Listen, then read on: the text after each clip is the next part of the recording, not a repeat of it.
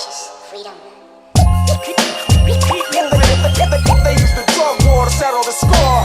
Freedom is the freedom to I'm a sociologist. I've been studying marijuana policy reform movement in the United States and the state of Massachusetts since the late 1990s.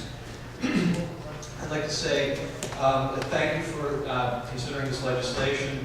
It is not perfect legislation, but certainly an improvement over what we have at the moment.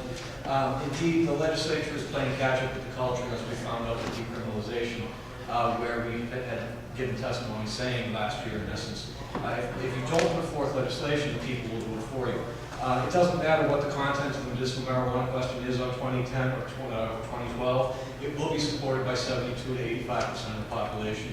It can include dispensaries. It can include people growing unlimited amount of plants. It can include, like California, unspecified symptoms.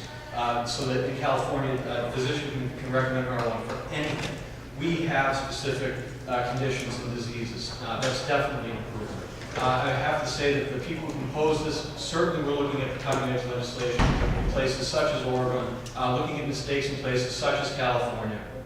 And it's good because of the anonymous patient identification card, because of the small scale and the intimacy of the distribution networks. You'll notice that the rates in California are always about large-scale, public, open dispensaries. It's never been the case that a private individual who's been recommended by his physician who's growing in his basement or his closet has been rated, or his neighbor who's growing it for him has been rated. It's never happened at that scale.